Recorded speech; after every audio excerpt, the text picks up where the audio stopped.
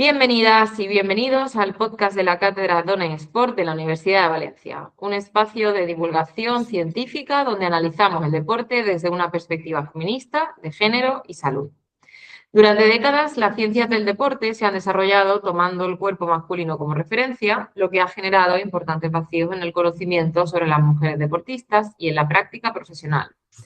En este podcast queremos abrir un espacio de análisis, diálogo y transferencia de conocimiento junto a investigadoras y profesionales que trabajan para comprender mejor la relación entre mujeres, deporte y salud. En este episodio abordamos una dimensión de la salud de las mujeres deportistas que durante mucho tiempo ha permanecido invisibilizada, incluso dentro de las propias ciencias del deporte, el suelo pélvico. A pesar de su papel fundamental en funciones como la continencia, la estabilidad del core o la salud ginecológica, el suelo pélvico ha sido tradicionalmente tratado como un tema marginal en la práctica deportiva y en muchos casos rodeado de silencio o normalización de síntomas que no deberían considerarse normales. Sin embargo, sabemos hoy que determinadas prácticas deportivas, los impactos repetidos, las cargas de entrenamiento, incluso los procesos fisiológicos del ciclo vital hormonal de las mujeres, pueden tener una influencia directa en la salud del suelo pélvico. En este episodio queremos analizar qué sabemos realmente sobre esta cuestión desde la evidencia científica, qué mitos siguen presentes en el ámbito deportivo y qué estrategias pueden ayudar a prevenir, detectar y abordar los problemas de suelo pélvico en mujeres físicamente activas y deportistas. Para ello, contamos con dos profesionales que trabajan directamente en el ámbito de la fisioterapia y del entrenamiento y que conocen de primera mano estos desafíos. Nos acompaña hoy Rosa Nieto, fisioterapeuta en salud de la mujer y suelo pélvico. Bienvenida, Rosa. Gracias por la invitación. Rosa es entrenadora y docente en el ámbito de la salud pélvica femenina. Forma parte del equipo Mi Matrona Espaidona e Instituto Clavel Rehabilitación, ambos en Barcelona. Bueno, encantada de que estés aquí, Rosa. Y también contamos con Raquel Barrachina, que es entrenadora especializada en mujer y suelo pélvico. Bienvenida, Raquel. Muchas gracias. Raquel ayuda a mejorar la calidad de vida de las mujeres a través del ejercicio y el movimiento. Acompaña a mujeres en todas las etapas de su vida para que puedan entrenar de forma segura, consciente y adaptada a sus necesidades. Y además divulga sobre salud femenina y suelo pélvico, acercando la evidencia científica de forma sencilla y práctica para que más mujeres puedan entender su cuerpo y cuidarlo mejor. También muy contenta de que estés aquí con nosotras. Muy Raquel. agradecida de la invitación. Es un honor contar con vosotras y, bueno, de nuevo, daros muchas gracias por acceder a nuestra humilde invitación. Quería empezar un poco una conversación con las dos, rompiendo el tabú, ¿no? Os quería preguntar, ¿por qué seguimos hablando de suelo pélvico en voz baja en 2026? ¿Empiezo yo? Bueno, yo pienso Por porque ejemplo. todo lo que tiene que ver con la salud íntima, por mucho que ha avanzado, ha cambiado mucho, sigue siendo tabú, porque es como vergüenza, es decir, es como... Y también lo relaciono un poquito con que está relacionado con hacer débil a la mujer, es decir, el hecho de que pueda existir alguna disfunción o pueda existir algún problema es como que fragiliza a la mujer, ¿no? Como si el hecho de ser mujer implicara directamente que tengamos que tener disfunciones o problemas a nivel de salud íntima, por ejemplo. Yo pienso que está muy asociado eso, a la fragilidad y a la debilidad, pues eso, que nos puede generar este tema. Yo creo que también viene muy atado a que siempre hemos invisibilizado todas las partes de nuestro cuerpo que se relacionan con el suelo pélvico y si aún lo ligamos un poquito más a la mujer, pues aún más, ¿no? Todo el tema de incontinencias y demás es como parece que solo lo puede tener la gente mayor y que sea normal en algunas etapas de nuestra vida y hemos normalizado eso. El problema es cuando una cosa se ha vuelto normal, ya se deja de hablar de ello porque parece como que si hay un problema pero es normal, pues no pasa nada. Entonces, ahora es cuando un poco se ha abierto la caja de Pandora y se ha empezado a ver que muchas cosas que se habían normalizado no lo son y entonces aquí ya ha empezado a haber ya chispilla y a empezar a entender que el suelo pélvico es una cosa de la que hay que ocuparse. Entonces, eso está muy bien. Muy bien, muy de acuerdo con lo que habéis dicho las dos. ¿Cuántas deportistas o mujeres activas asumen pérdidas de orina o cualquier otra disfunción del suelo pélvico como normal? Yo creo que depende un poco también de tu entorno o de lo que te hayas encontrado por el camino, ¿no? Yo creo que si, por ejemplo, eres madre y has tenido otras madres alrededor que han tenido pérdidas y, bueno, lo típica de la conversación que tienes haciendo un café, que la otra lo normaliza y tú dices, pues si es normal, pues yo también lo acepto, ¿no? Y en deportistas un poco, pues yo creo que también, pero depende del deporte. Por eso vuelvo un poco al ámbito en el que te puedes llegar a encontrar, ¿no?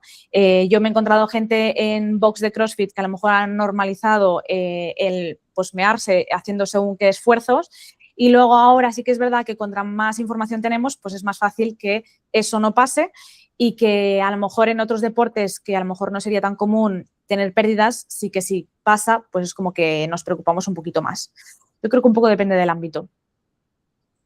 Yo también, bueno, ya añadiría un poquito que lo que sería la evidencia científica estima que alrededor entre 25, 45, 50% de mujeres deportistas, también dependiendo del deporte, tienen síntomas de suelo pélvico, sobre todo prolapso, sobre todo incontinencia, tanto urinario como fecal, pero aún así, aún habiendo estos números que asustan un poco, entre un 25 y un 45% pienso que asusta, sí. Pensar que son unos números que muchas veces están infraestimados, porque totalmente. Pocas veces se preguntan en entrevistas o en estudios de salud, y aún así, como hay este tabú del que hablábamos, no creo que el 100% de mujeres deportistas a las que se os pregunten den el 100% de respuesta real. Es decir, 25 o 45 es mucho porcentaje, pero también yo creo que incluso sería más si realmente no hubiera tanta vergüenza en realmente responder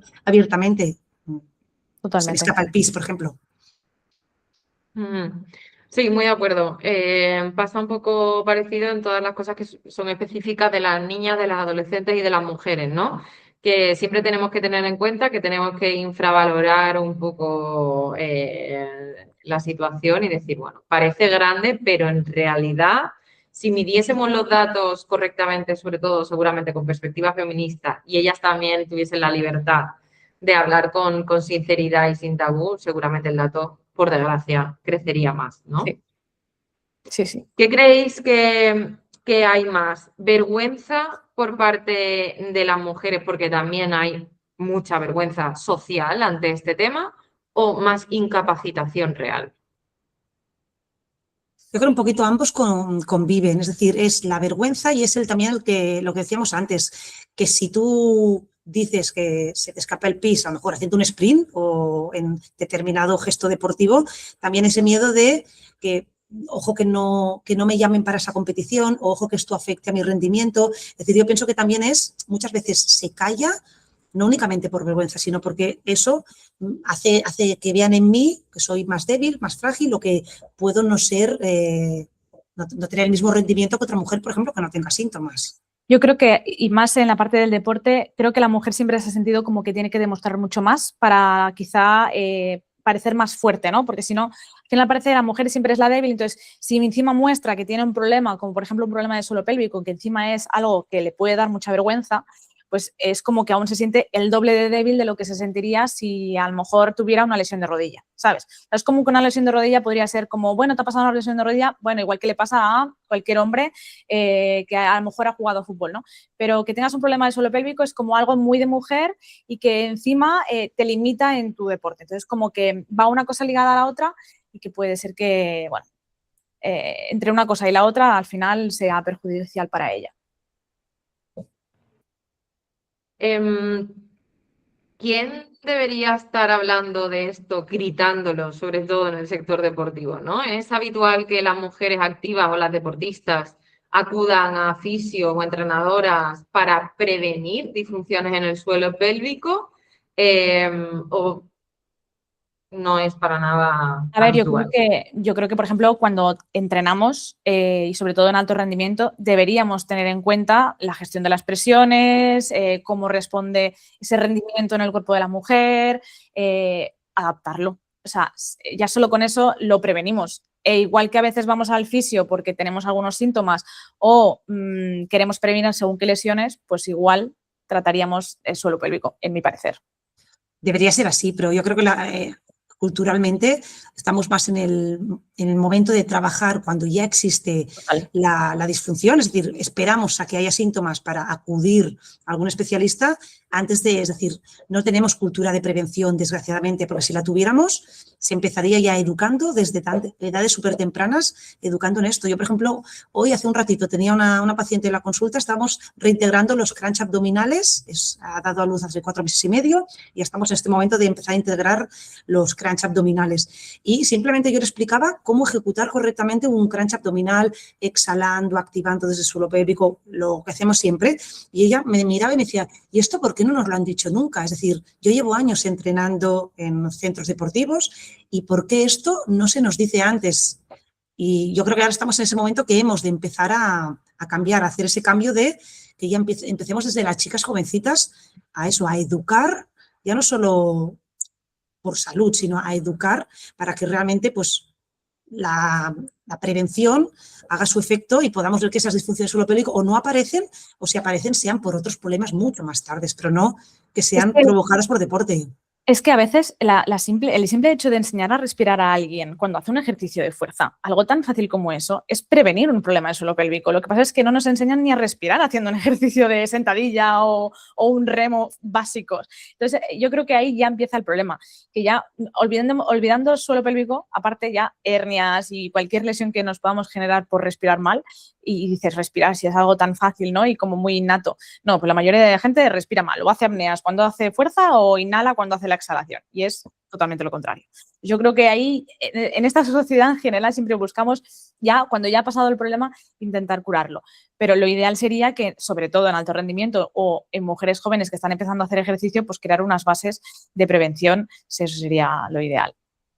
Yo, por ejemplo, he tenido pacientes y tengo pacientes desde los 14 años. Por ejemplo, niñas de 14 años, gimnastas o que hacen, sobre todo gimnasia, ¿eh? Yo creo que el ejercicio más clásico es la gimnasia, porque hacen ejercicios muy válidos para esa modalidad deportiva y son necesarios y están muy bien, pero no les están enseñando, es decir, te están haciendo apneas cuando hacen trabajos, por ejemplo, de plancha o trabajos de fuerza abdominal que les hacen hacer cosas muy brutas y es eso, una niña de 14 años que tenga pérdidas de orina, algo está pasando ahí y simplemente, pues eso es lo que dice Raquel, la enseñas que ese mismo ejercicio respira, activa, alarga, te hace una serie de técnicas durante el ejercicio y ya mejora, es decir, y lo mismo, decirme la madre, y esto, Rosa, ¿por qué cuando entrenan las niñas no se les explica? Digo, porque aún falta un poquito de, pues eso, la formación de base de los mismos profesionales que se dedican al deporte, esa formación de base con perspectiva de género que siempre hablamos.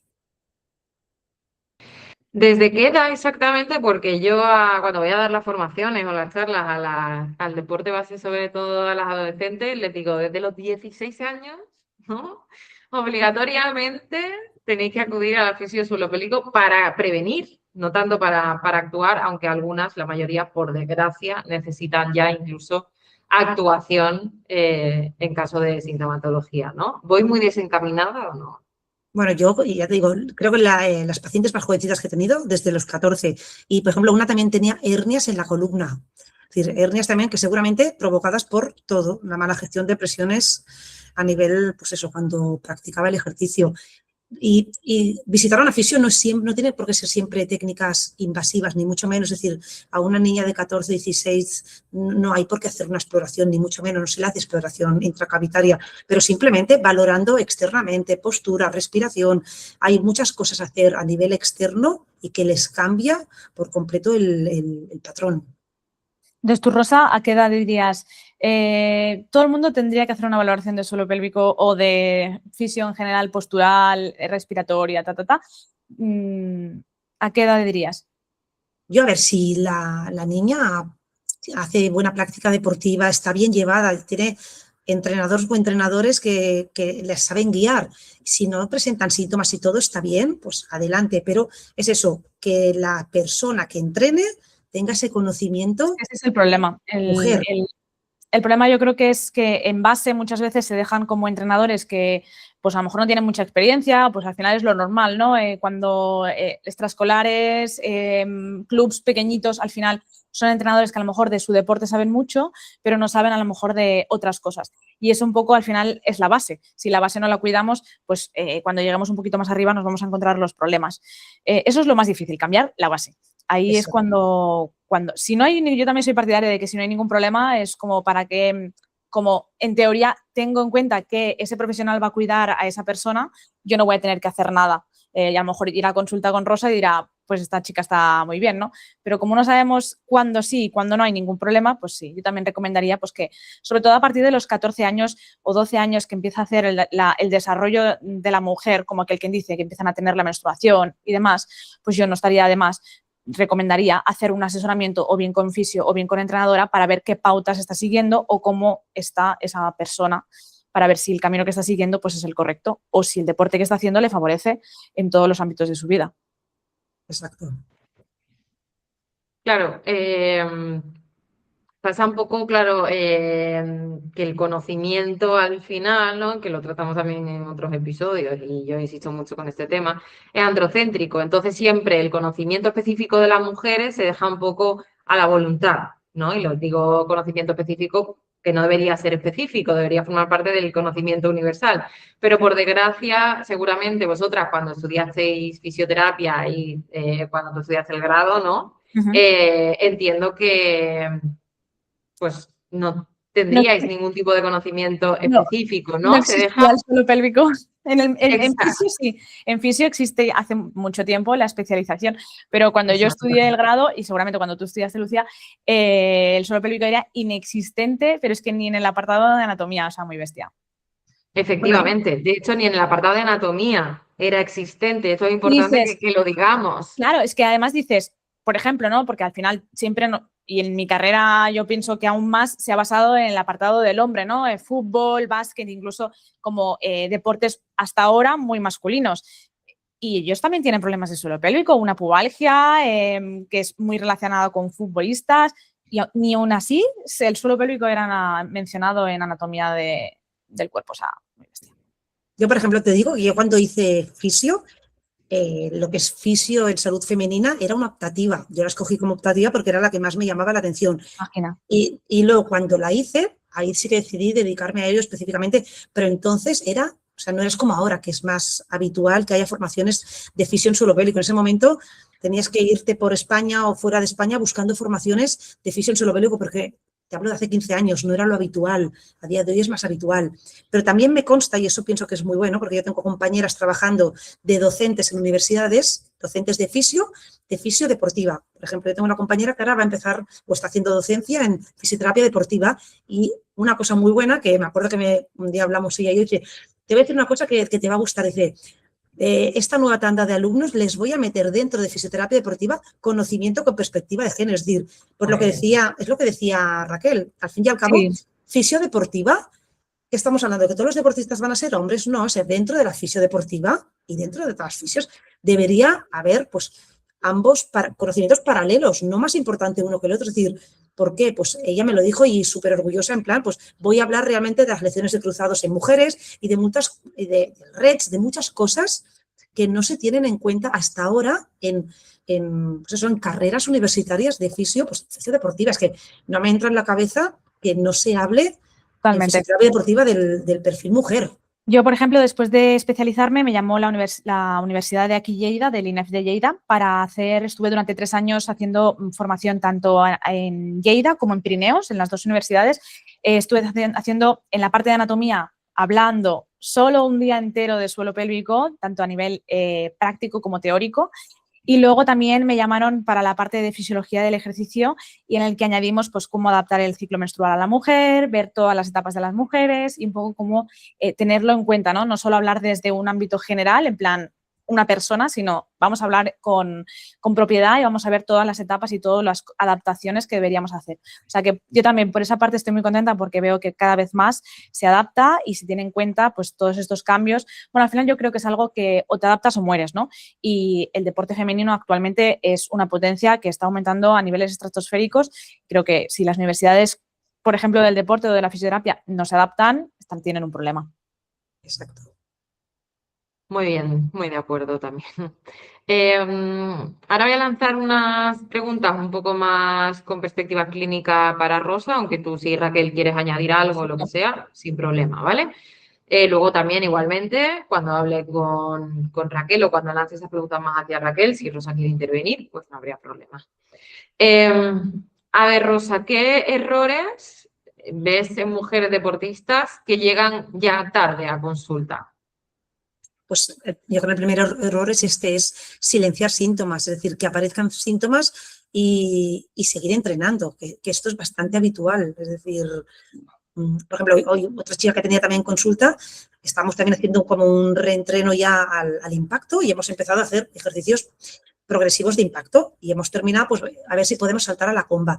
Y en la comba ha empezado a notar como síntomas y yo digo, a la mínima que notes síntomas en suelo pélvico, tú me avisas. Pues ha empezado a notar, ha parado y dice, ¿sigo o no sigo? Digo, ¿tú qué piensas? Digo, a la que hay síntomas, el cuerpo te está dando una señal. Pues a lo mejor es el momento de stop, dejarlo en este momento de la progresión y seguimos por esta línea y ya iremos avanzando. Es decir, muchas veces ha pasado esto. Ella me decía que en su anterior embarazo, esto era un segundo posparto, que ella lo hizo muy diferente porque, pues eso, sentía estas cosas, sentía este peso, dices, no, es que sentía los órganos aquí, me noto los órganos muy abajo, pero bueno, pensé que era normal. Es decir, yo creo que el error número uno es no hacer caso, no escuchar el cuerpo, no obviar los síntomas o, pues eso, lo que decía antes Raquel, darlo como normal. Bueno, es que estoy en posparto, es normal que note no es normal. Es decir, Y si aparte, lo escuchas... claro, y aparte en etapas de ese tipo, como por ejemplo un posparto, parece que las mujeres tengan que hacer ver que no han parido. Como que ya estoy recuperada y todo está bien porque por fuera realmente más o menos nos vemos bien.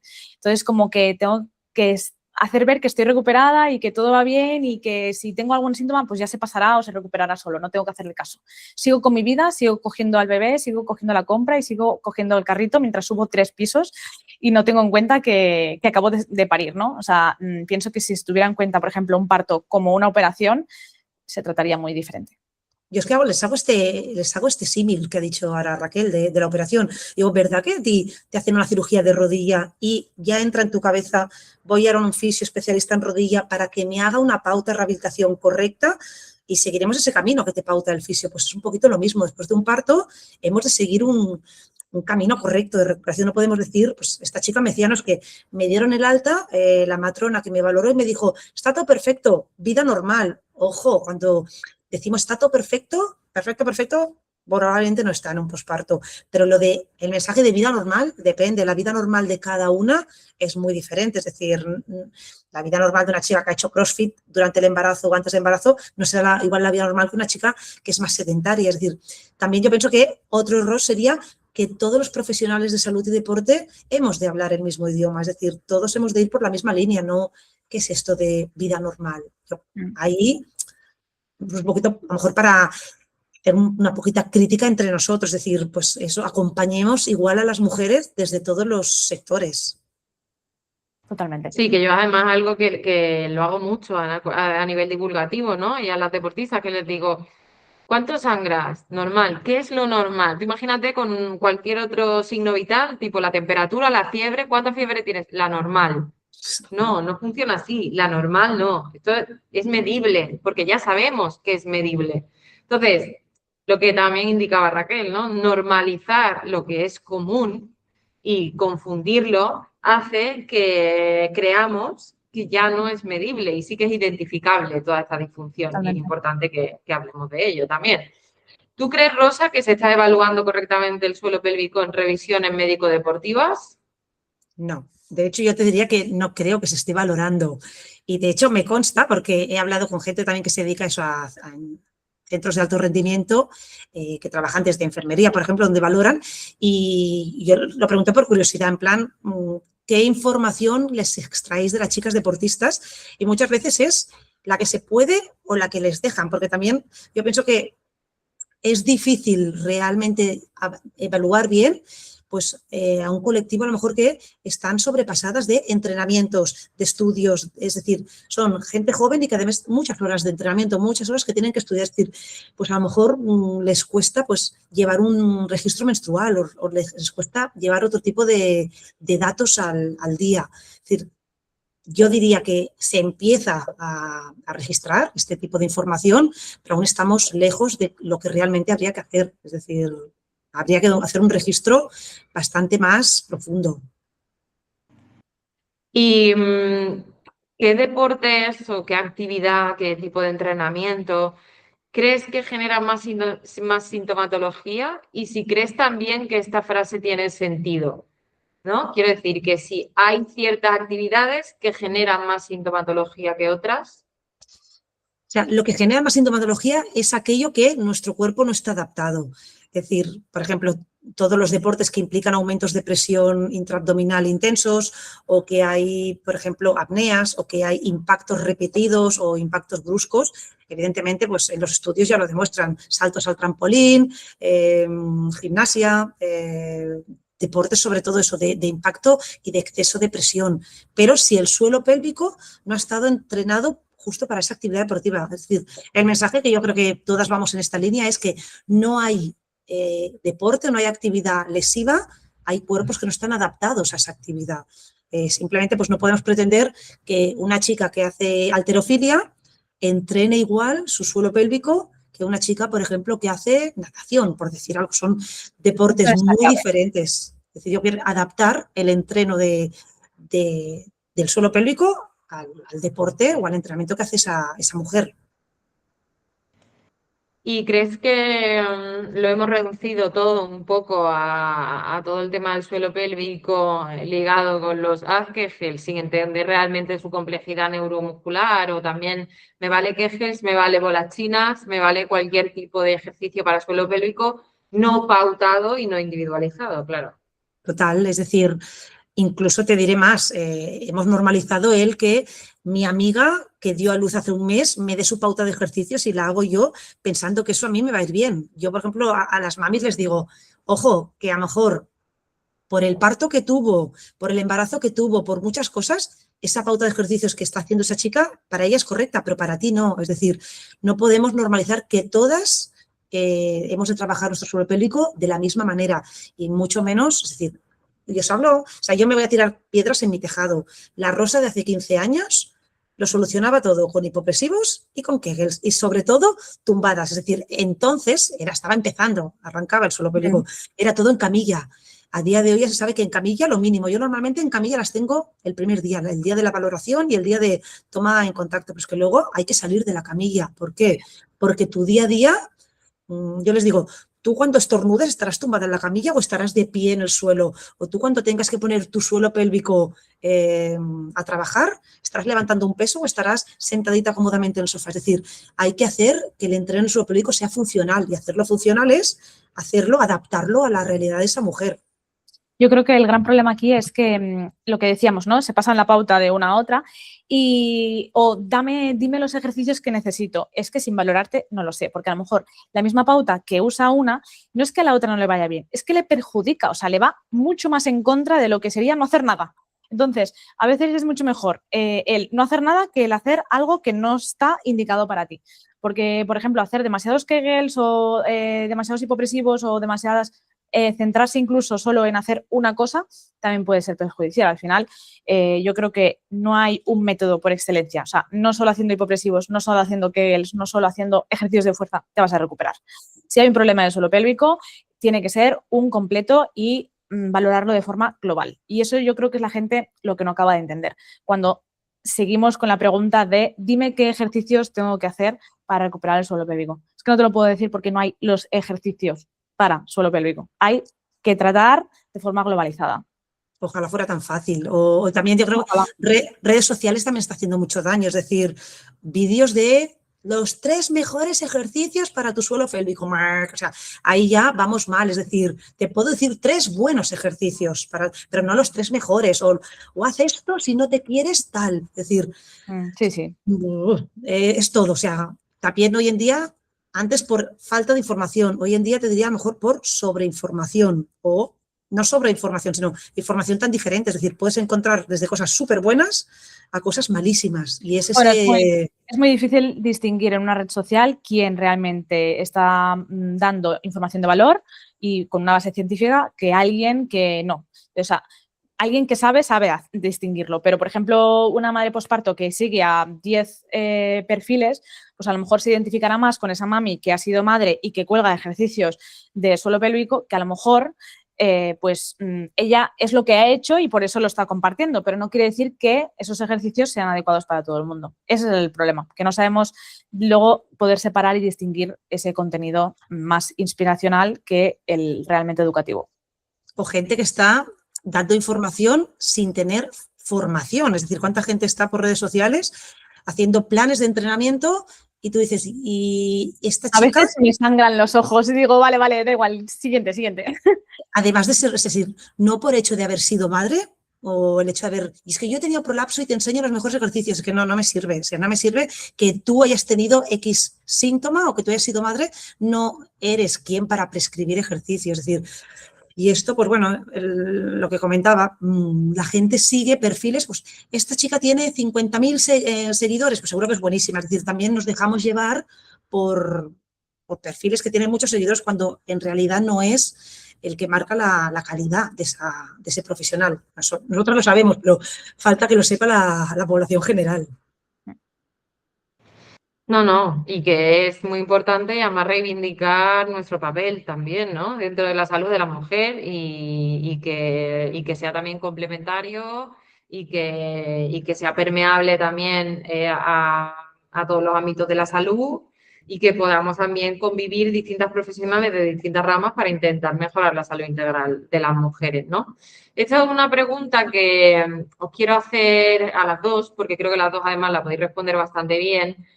Porque se habla mucho de la debilidad del suelo pélvico, ¿no? Y entonces se sobrediagnostica la debilidad cuando en realidad el problema puede llegar a ser la gestión de cargas, incluso puede ser que un suelo pélvico disfuncional no sea siempre disfuncional por debilidad, ¿no? Totalmente.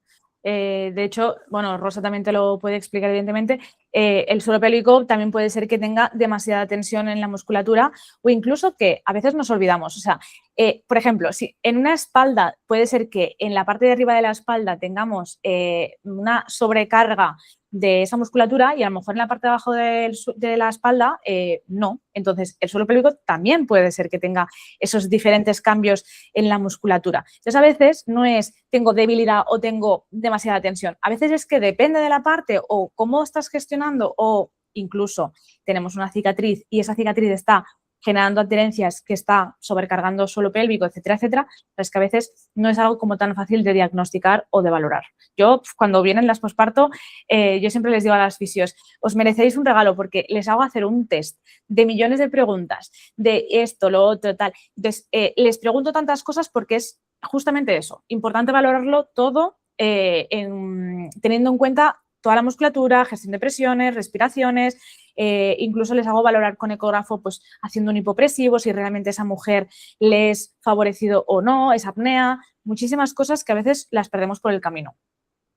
Exacto, tal cual. Y de hecho, lo que decía ella, no todo el suelo pélvico tiene que estar muy tenso o muy débil. A veces hay suelos pélvicos asimétricos. Ayer mismo tuve una mujer que tenía una asimetría brutal en el suelo pélvico, es decir, un costado, un lateral del suelo pélvico con una tensión y el otro con otra tensión. Y una sintomatología muy marcada a nivel lumbar, a nivel glúteo, a nivel de cadera de un lado. Es decir, también luego el cuerpo muestra otras señales. Es decir, si te duele solo un lado de la lumbar, te duele una cadera, pues ves a indagar un poquito y muchas veces hay asimetrías a nivel de suelo pélvico.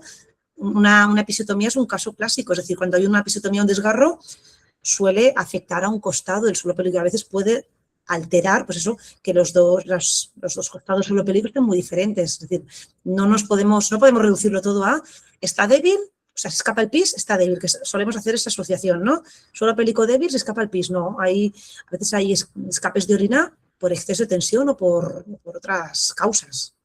O incluso muchas veces a mí me ha pasado que me vienen madres posparto y me dicen, Raquel, es que me han comentado que tengo el suelo pélvico demasiado tenso, pero es que estos síntomas que yo estoy sintiendo ahora, yo ya los tenía antes de ser madre, pero no sabía que no eran normales.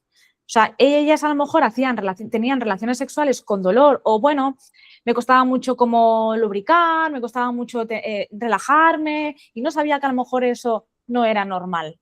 Entonces, se dan cuenta ahora porque es la primera vez en su vida que el suelo pélvico existe y que han tenido que ir a ver a una profesional para que les ayude. Entonces, son esas cosas que a veces hay, bueno, falta trabajo. Y Raquel, ¿cómo integras el suelo pélvico en la programación de fuerza? Y si se entrena distinto a mujeres nulíparas respecto a las que ya han sido madres y han parido. Yo ahí sí que hago un poco de diferencia de esa mujer que a lo mejor no ha sido madre nunca que la mujer que sí lo ha sido, porque al final la mujer que sí lo ha sido, normalmente si tiene un problema de suelo pélvico sabemos un poco la causa y es ese embarazo o ese posparto o esa cicatriz. Normalmente las mujeres que suelen tener problemas de suelo pélvico que no han sido nunca madres tienen una causa diferente. Pues puede ser mala postura, mala gestión de presiones, mala respiración, etcétera, ¿no?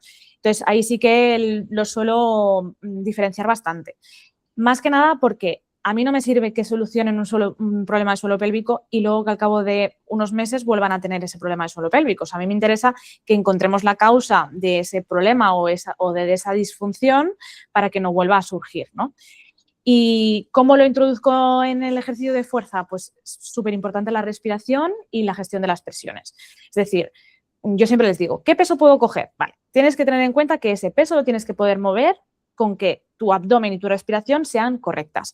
Cuando no puedes más, es decir, tienes que hacer apnea para mover ese peso o puedes moverlo pero el abdomen se desactiva o no funciona correctamente, es decir, en vez de recogerse y activarse como una faja normal se abomba, pues entonces en esos casos sería importantísimo reducir carga, volver al principio de cuando exhalo, cuando hago la fuerza, exhalo, se activa abdomen, de forma inconsciente se debería activar, si no, pues lo acompaño y lo ayudo para que poco a poco esa pauta se integre y se forme como algo inconsciente.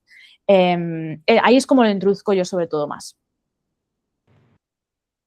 Muy bien. ¿Y cree que hay cierto miedo, un miedo excesivo a ciertos ejercicios más de impacto con carga muy alta? De nuevo, un poco parecido a la pregunta que le lanzaba Rosa, ¿no? ¿Crees que asociamos un tipo de ejercicio concreto siempre a que se me va a provocar una disfunción de suelo pélvico? Sí, de hecho hay gente que ya te lo pregunta a modo directo, por ejemplo, ¿verdad que nunca voy a poder volver a correr o de verdad que no voy a volver a poder hacer CrossFit o no? Es como que ya te lo ponen porque ya saben que ejercicios que impliquen altas cargas o alto impacto, pues puede ser perjudicial, ¿no? O incluso el hecho de, bueno, ya nunca voy a poder hacer abdominales. A ver, o sea, en tu vida diaria haces crunch porque sin querer te levantas de la cama corriendo porque el bebé ha llorado. Entonces, son cosas que debemos volver a introducir porque luego tú las vas a volver a hacer, pero las tenemos que introducir, como ha dicho ella, adaptándolo. Evidentemente, no va a tener que seguir la misma pauta una persona que vuelve a hacer su pilates que vuelve a hacer su CrossFit. O sea, la persona que hace un CrossFit después de, por ejemplo, ser madre o que nunca ha sido madre, va a ser a lo mejor una pauta complementaria pues para quitar esa presión que ejerce ese ejercicio, ¿no? A lo mejor una persona que hace pilates o un ejercicio de fuerza normal, si no tiene ningún problema de suelo pélvico y gestiona bien las presiones, pues a lo mejor no tiene que añadir esa parte complementaria. Entonces yo al final también un poco yo siempre les hago ver el hecho de, a ver, tenemos que tener en cuenta cómo es nuestra vida. Es como la gente que te dice, no, yo no soy sedentaria, si voy 2 días a la semana a hacer ejercicio 1 hora, y digo, 2 horas a la semana contrarrestan toda la semana que estás sentada en una oficina, ¿no? Un poco es eso, complementar y adaptar según la vida que tú tengas. Yo nunca soy partidaria de eliminar o de vetar algunos ejercicios o prácticas deportivas que hemos venido a vivir y se tiene que vivir. Yo siempre digo que malos profesionales seríamos si prohibiéramos cosas. Es decir, ayer mismo una mami que me dice, es que yo lo que quiero es volver. Ella decía que antes del embarazo ella hacía pádel, escalada y corría. Dice, y yo le decía, pues vamos a ello. Es decir, ayer ya introducimos para que empezara a hacer escalada. Es decir, si se hacen las cosas, yo siempre, mi frase es, si se hacen las cosas correctas, podemos volver a hacer todo lo que hacíamos antes, evidentemente. Pero depende del parto, depende del embarazo, nos llevará más tiempo o menos tiempo, pero podemos. O sea, yo pienso que muy malos profesionales seríamos si prohibiéramos. Es decir, a lo mejor puedes limitar temporalmente una actividad, pero evidentemente ese objetivo es que la mujer vuelva a hacer su actividad normal, es decir, lo que sea. Quitar el miedo. Y yo, de hecho, por ejemplo, mira, un ejemplo de una paciente que para mí es muy guay, porque es un ejemplo de que para mí todos son éxitos, pero era una chica que hacía powerlifting y una chica muy joven además, pero que ella ha seguido haciendo powerlifting, levantando las mismas cargas, incluso haciendo apneas. Es decir, hoy en día también las apneas bien gestionadas, un suelo pélvico competente, es decir, la apnea tampoco es el demonio.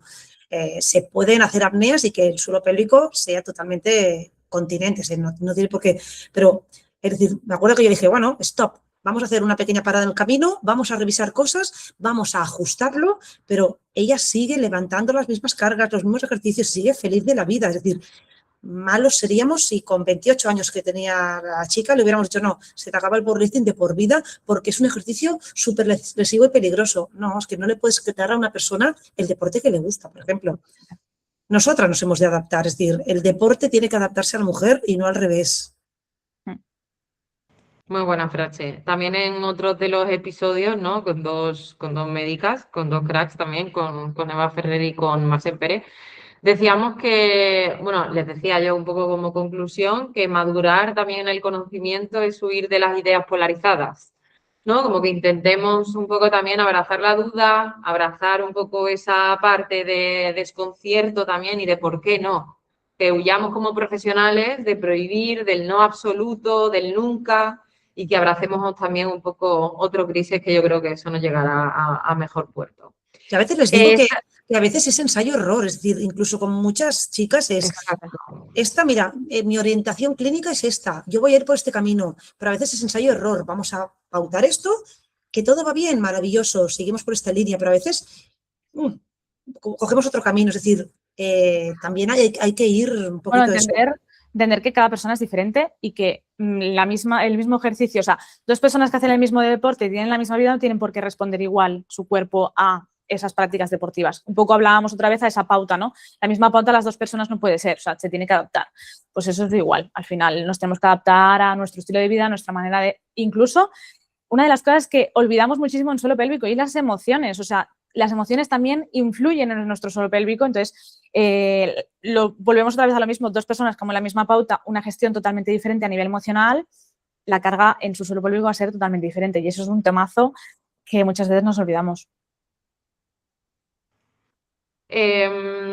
Y esta pregunta para un poco para las dos, ¿no? ¿Qué rol juega la educación corporal, sobre todo desde que somos pequeños y pequeñas, y la conciencia propioceptiva? Y si creéis que el problema es tanto fisiológico o es que entrenamos más bien con un modelo masculino androcéntrico no adaptado. Yo aquí siempre un poco les hago la reflexión de partimos de un agujero más, entonces cuando tenemos una gestión de presiones tenemos que tener en cuenta que nuestro cuerpo, si tiene que gestionar esas presiones, va a tener más debilidad a nivel de suelo pélvico cuando tenemos la gestión de las presiones. Pero si es que además le añades el embarazo y el posparto, es que eso el hombre eso no lo tiene. Y yo un poco les hago la reflexión esta que también es, pienso que bastante comparativa, y es que los hombres muchas veces suelen tener mayores hernias abdominales y lumbares, muchas veces por una mala gestión de las presiones. Nosotras muchas veces tenemos más debilidad del suelo pélvico y problemas en nuestra zona baja, para hablarlo de alguna manera, que no ellos. Entonces, al final, yo creo que sí, que evidentemente que el patrón masculino nos afecta, pero yo creo también que tenemos que tener en cuenta que a nivel fisiológico somos diferentes, la gestión de las presiones las llevamos diferentes. Y la falta de información, es decir, lo que hablábamos antes, es decir, las niñas desde que entrenan de pequeñitas se las tiene que informar, se las tiene que educar bien a nivel deportivo y a nivel sanitario, pero desde pequeñitas, y falta mucho. De hecho, creo que esto debería entrar sí o sí en el estudio normal, en los colegios, es decir, una base de deporte y salud desde niños, desde pequeños, es decir, yo pienso, no sé, vosotros que os dedicáis más a esto, creo que el tema de la educación física en los colegios tiene que perfilarse mucho, es decir, tiene que cambiar, tiene que ser una educación física, pues eso, más centrada en ellos y en ellas, es decir, también centrada en... Pero es que, no sé si os acordáis vosotras, pero esto es como cuando íbamos al cole y nos venía la regla y nos pasábamos los Tampax o la compresa como si nos pasáramos droga, que nadie lo viera, ¿no? Y entonces un poco ahí es intentar normalizar que es una cosa normal y que, bueno, evidentemente nos afecta a nivel fisiológico y que tenemos que saber adaptarlo a nuestra vida diaria también, que no tenemos que esconderlo, es que parece como algo malo, ¿no? Una paciente me explicaba Sí. el otro día, por ejemplo, que vengo de urgencias, que he ido con mi hija porque tiene unas reglas súper dolorosas, súper abundantes, y yo digo, bueno, pues ir indagando por ahí a ver qué está pasando. No, y hablo con la ginecóloga, le van a dar anticonceptivas porque es lo mejor. Y yo, bueno, a lo mejor hay más cosas a hacer o a mirar o a revisar antes que silenciar, es lo mismo lo que decíamos, ¿no? Silenciar un problema con las anticonceptivas. A lo mejor sí que no tendrás tanto sangrado, no tendrás tanto dolor, pero realmente estaremos llegando al kit de la cuestión, estaremos realmente sabiendo qué ocurre en este cuerpo. No, es decir, ese es el problema, que los síntomas muchas veces los queremos silenciar con medicación o con lo que sea, y ahí está el problema. Sí, de hecho, en los programas que imparto para formación de profesorado en educación física, uno de los módulos que hago es sobre alfabetización menstrual y sobre cómo incorporar el tema del ciclo menstrual a partir de quinto, sexto de primaria. Porque ya hay muchas niñas que en sexto, en el cambio de primaria a secundaria, ya han tenido la menarquia. Quiero decir que en realidad es un conocimiento súper normal y les cuesta mucho interiorizar que desde la educación física, que el mismo nombre, ya es que en la misma frase lo estamos diciendo, ¿no? Educación física. Sean ellos y ellas, pero más ellos, porque por desgracia sigue siendo un entorno bastante masculinizado, los agentes responsables de incorporar ese tipo de contenido. Yo les hago la pregunta, digo, ¿y dónde pretendes que se haga? ¿En matemáticas? Ya, ¿En total. inglés? ¿No? Quiero decir, ¿en qué otra asignatura o de qué otra forma transversal quieres qué mejor manera que a través del juego y a través del movimiento educar en el cuerpo, ¿no? Pero bueno, es verdad que todavía tenemos un poco camino un poco largo. En cuanto a la prevención y reducción del riesgo de lesiones, Rosa, aunque Raquel tú luego puedes evidentemente añadir lo que quieras, ¿crees que debería evaluarse el suelo pélvico en revisiones deportivas rutinarias o crees que es completamente innecesario? Yo creo que es necesario. No, lo que antes te decía, no haría falta a lo mejor una inspección súper invasiva, pero simplemente con un pequeño screening o pequeños test o pequeños cuestionarios que las chicas puedan pasar simplemente a nivel informativo, es decir, para que los entrenadores o el equipo técnico tenga información, pues eso, de en qué momento está. Es decir, no es normal que, por ejemplo, un equipo de básquet o un equipo de atletismo, más de la mitad de la plantilla esté sin la regla. Es que no es normal. Y que además los entrenadores no lo sepan o lo normalicen o piensen que es normal que todas sus chicas no tengan la regla, porque el hecho de que no haya regla puede estar escondiendo muchas más cosas por ahí detrás. Yo pienso que para mí es indispensable, como mínimo, si no es exploración física, sí que tiene que haber un screening de salud pélvica básica. De hecho, yo creo que se está empezando a introducir, no sé si ya está muy avanzado, pero yo sé que ya se están haciendo screenings y hay cosas ya a nivel de literatura científica un poquito más oficiales. ¿Y crees que es suficiente intervenir cuando aparece sintomatología? Lo que decíamos, lo ideal sería actuar en prevención, pero como A ver, siempre Rosa puede ayudar a la deportista, pero si luego en su deporte sigue haciendo X cosas mal o en su vida diaria no soluciona la causa, lo que yo decía un poco antes, ¿no? Que yo por mucho que les ayude a recuperar ese suelo pélvico, si ellas no son conscientes de la postura, de la gestión de las presiones, de la respiración, es que es importantísimo que, por ejemplo, en ese caso los profesionales se unan y de forma interdisciplinaria pues haya un trabajo conjunto. Si no, por ejemplo, esa deportista nunca se va a recuperar 100% y va a acabar por dejar el deporte y tacharlo de malo o de incorrecto, pues porque esa persona cuando sí vuelve a hacer ese deporte, vuelve a recaer.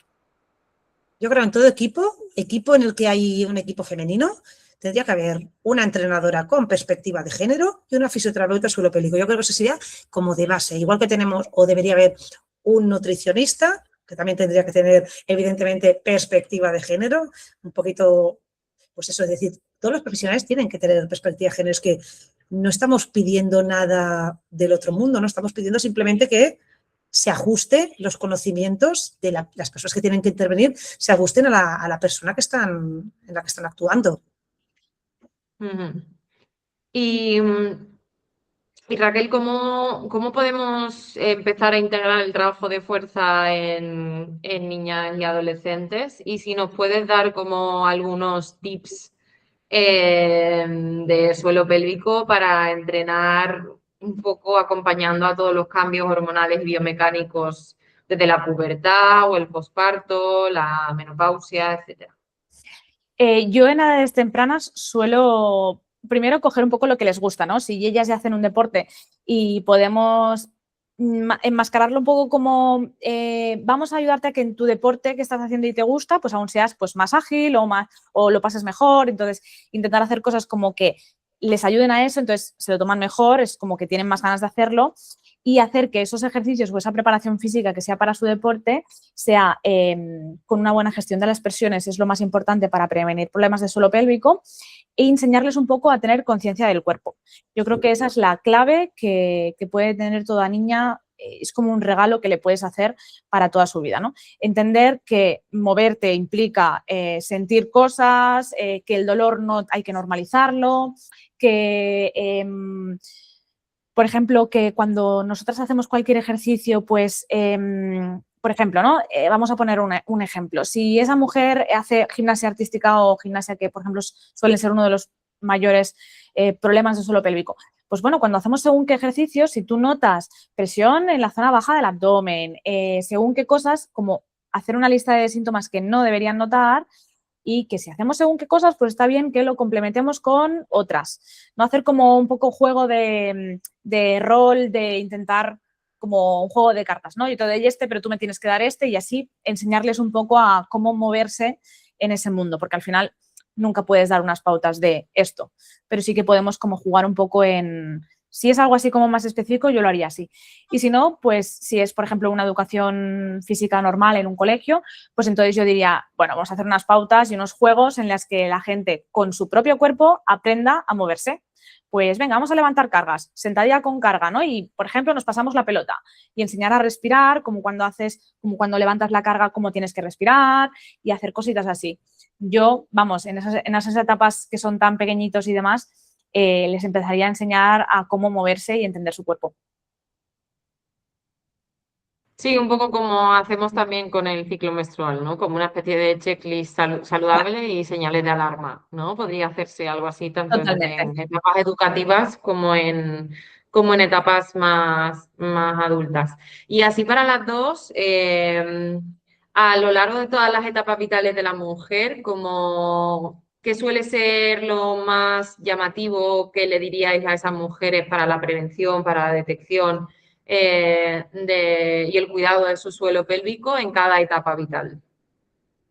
Yo como general para todas diría, ¿lo dices para todas o en cada etapa? ¿Para cada etapa o para todas? Lo Yo que para todas queráis. diría, uno, no le tengas miedo al ejercicio físico, es decir, haz ejercicio físico porque es preventivo, es saludable y es bueno. Y dos, déjate acompañar por profesionales formadas y actualizadas. Yo creo que son los dos consejos básicos de no tengas miedo al movimiento, al ejercicio, hazlo, pero sobre todo déjate llevar por gente que sepa y no que sepa o que parezca que sepa, sino que se actualice constantemente. Lo que decíamos el año pasado, este año puede no ser válido y lo que decimos ahora, el año que viene puede no ser válido. Es decir, Sí, yo creo simplemente que un esto. poco esas dos cosas, el quitar el miedo y el tener información, buscarla. Porque yo creo que en todas las etapas tenemos miedo. El embarazo porque no sé qué puedo y qué no puedo hacer. En el posparto porque no sé qué puedo hacer para no lesionarme. Y en una menopausia que a lo mejor no hemos hecho ejercicio nunca en la vida y ahora que me voy a poner yo a hacer ejercicio. Entonces, en las tres etapas, por ejemplo, que te acabo de decir, el miedo es constante, siempre va a estar. Entonces, vamos a intentar que con la información quitar ese miedo y con esa información, pues las mujeres puedan tener una mejor calidad de vida, porque al final el movimiento nos da eso, tanto a nivel físico como a nivel emocional, nos da mejor calidad de vida. Y para ir ya un poco cerrando, ¿no? Y dar un cierre un poco más feminista y reivindicativo al episodio, que por desgracia tenemos que ir cerrando ya, que siempre me va a pasar esto, siempre digo lo mismo, me van a escuchar diciendo esto todos los episodios, pero me da mucha pena. Yo me quedaría una hora más. Os quería lanzar así varias preguntas, ¿no? Desde una mirada un poco más estructural y como he dicho, más reivindicativa. ¿Por qué creéis que las ciencias del deporte y de la salud han invisibilizado sistemáticamente esta dimensión del cuerpo de la mujer, del cuerpo femenino? Y si creéis que se patologiza el cuerpo de la mujer cuando expresamos cierto límite, como por ejemplo es el dolor o la molestia, ¿no? Que también pasa un poco con toda la sintomatología de la menopausia, con toda la sintomatología del ciclo menstrual, con ciertos aspectos del embarazo. A ver, yo creo que tenemos que tener en cuenta que cuando en según qué etapas hay cosas que hemos normalizado, como el dolor en la menstruación o que, como ya sabemos que algunos síntomas de la menopausia, como decías tú, pues por ejemplo los sofocos y tal, pasan, pues se han como normalizado y entonces ahí es como que tenemos que hacer un poquito de trabajo, ¿no? Para intentar que eso pues no pase. Y yo creo que el mayor, o sea, ¿por qué, por ejemplo, nos hemos basado en un referente de hombre? Y es que eso es muy fácil de saber. Nosotras tenemos muchos componentes que nos alteran. O sea, nuestro ciclo menstrual hace que cada día seamos totalmente diferentes. En cambio, el hombre a nivel hormonal es mucho más lineal. Por tanto, cuando tenemos que hacer un estudio, es mucho más fácil tener resultados con un hombre que con una mujer, porque en una mujer vas a tener una variable extra, que es el ciclo menstrual, y tú ahora imagínate intentar regular, pongamos un número al azar de 100 personas que tengan el mismo ciclo menstrual para poder valorar la misma variable. Es muy complicado de hacer de forma objetiva, por tanto vamos a quitar esa variable y solo hacemos hombres para poder analizar. Al final se han basado siempre en esa pauta, ¿no? Y ahora es un poco, por ejemplo, con la vacuna del COVID se vio, o sea, se quitó totalmente la opción de qué pasaba con el ciclo menstrual si nos poníamos la vacuna, ¿no? Y hubo mucha gente que se quejó porque hubo muchos problemas con el ciclo menstrual. Entonces, ahora sí que cada vez ya se tiene mucho más en cuenta a la mujer y todos los cambios que implican. Claro, Yo creo que igual ahora comentas, Rosa, pero que haciendo un poco coalición de lo que decía Raquel, igual en un paradigma no androcéntrico, ¿no? Que no tomara el hombre como modelo y tomara a la mujer, lo fácil sería que todo se investigara de forma cíclica, ¿no? Y no de manera lineal. Total. Di, Rosa. no, que en los mismos estudios hubiera simplemente pues, diferentes estudios paralelos, es decir, lo mismo lo vamos a estudiar en hombres y en mujeres, es decir, algo tan fácil como esto, simplemente hacer estudios por géneros como mínimo. A lo mejor ya no hablamos de hacerlo exactamente cuadrando la fase de ciclo, pero como mínimo sesgar los estudios por género, como mínimo. Y ya para cerrar y para terminar, ¿creéis que estamos preparando mejor a las futuras generaciones? ¿Veis un cambio? Por ejemplo, también en el episodio, haciendo otra vez referencia en el episodio con Mar y con Eva, me decían que ellas veían que ya cada vez entrenadores más jóvenes se interesaban por la ciclicidad femenina y por cómo afecta eso también a todo el tema de la gestión de cargas, por ejemplo, o en el entrenamiento y la recuperación en general. ¿Creéis que las nuevas generaciones vienen como un poco más formadas, más feministas en ese sentido? Hombre, yo cuando he dado clase en la universidad, la verdad es que he estado encantada porque todos los alumnos, incluso te diría que mucho más los hombres que las mujeres, han estado como muy atentos y con muchas preguntas y con mucho interés en el ámbito de, por ejemplo, suelo pélvico o de adaptar al ciclo menstrual o ver las diferencias en las etapas de la mujer. Yo creo que es como o te adaptas o mueres, ¿no? Primero, número uno, eso. Pero luego el dos es que veo que hay mucho interés porque cada vez hay mucha más información y se entiende la importancia de todo esto. Entonces, yo creo que sí, que cada vez vamos a estar un poquito más preparados, o al menos eso es lo que yo quiero pensar. Yo también, yo pienso que sí. Quiero pensar que sí. Lo que no me gustaría pensar es que ahora la mujer sea una moda. Es decir, ahora hay sobre estudios, sobre información, es decir, va como por moda. Es decir, ahora la mujer importa. Hace 5 años no, pero ahora sí. Ahora formaciones. Ahora, ojo, la mujer en menopausia. Ojo. Es decir, yo quiero pensar que vamos por el camino correcto. No me gustaría pensar que esto es una moda y no deja de ser negocio. Me niego a pensar que se reduce todo a negocio. Pero bueno, supongo que el tiempo lo dirá y el tiempo el tiempo nos dará la razón si todo va según lo previsto, debemos salir beneficiadas. Es decir, yo, por ejemplo, a las mamis a las que les doy ahora clase de preparación a la maternidad, yo les digo que mi sueño, o ojalá lo que ocurra, que a las que hoy en día estamos un poquito formando o estamos dando la docencia, estas no tengan los problemas del suelo pélvico que a lo mejor encontramos ahora con mujeres de 60, 70. Es decir, se hace todo ahora para que en un futuro lo veremos si realmente surge efecto. Yo la verdad es que he oído bastante ya la frase de cuando viene una embarazada o una posparto y que me dicen, mi madre está muy contenta porque cuando ella parió, toda esta información que yo tengo, ellas no la tenían. Y a lo mejor ellas tienen un problema de suelo pélvico porque en ese entonces ellas parían y se olvidaban de ellas. Y es verdad, la mayoría de prolapsos que hay en mujeres mayores son totalmente evitables. Lo que pasa que evidentemente el suelo pélvico en ese entonces ni existía. Entonces, yo creo que a partir de ahí ya ha habido, aunque haya sido una moda, pues al menos nos ha servido de algo. Y que al menos siga durante unos años la moda para que sigamos investigando y sigamos creciendo y luego si al menos se pasa que se quede la importancia de cuidarnos. Yo diría algo chulo es que muchos pacientes es que me envían a sus madres. Rosa, sí. Mi madre tiene 70 años. ¿Crees que aún es tarde para que se valore el suelo pélvico? Pues no, ni mucho menos. Es decir, pienso que también lo guay, o sea, hace 15 años era difícil tener a lo mejor una paciente de 70 años en consulta porque, bueno, es decir, ya tiene 70, es normal que se le escape el pis, es normal que tenga un prolapso, pues nada, hacemos una cirugía y ahí se queda. A día de hoy no, es decir, yo pienso, a mí me gusta eso, que vienen perfiles desde chicas muy jovencitas a señoras más mayores y yo creo que esto es un avance importante. Yo tengo un grupo de mujeres que les llamo las Golden Woman, como las mujeres de oro, porque son a partir de la menopausia para adelante y casi todas son madres de algunas que he tenido en el embarazo y en el posparto, que medio las obligan a empezar y luego la verdad es que se hacen una piña muy guay y llevan conmigo ya más de 2 años entrenando juntas. Pero es muy guay porque se ha creado eso, ¿no? A partir de la información que han tenido sus hijas, pues ellas han podido encontrar su sitio, su lugar. Sí, esto como cuando yo doy las formaciones de ciclo menstrual y me vienen ya mujeres en menopausia y me dicen, da igual, porque se lo puedo contar a mis nietas, a mis sobrinas, a mis hijas, a mi vecina. Y digo, muy bien, es que somos maravillosos. Yo creo que entre las mujeres se hace mucho esto, se hace mucho la tribu, es decir, el transmitirnos información entre nosotras, es decir, no quiero pensar que ellos no, pero ellos son de otra manera. Nosotras, cuando algo nos gusta o algo pensamos que es importante, enseguida lo difundimos o, pues eso, invitas a más gente a que también lo escuche o lo comparta.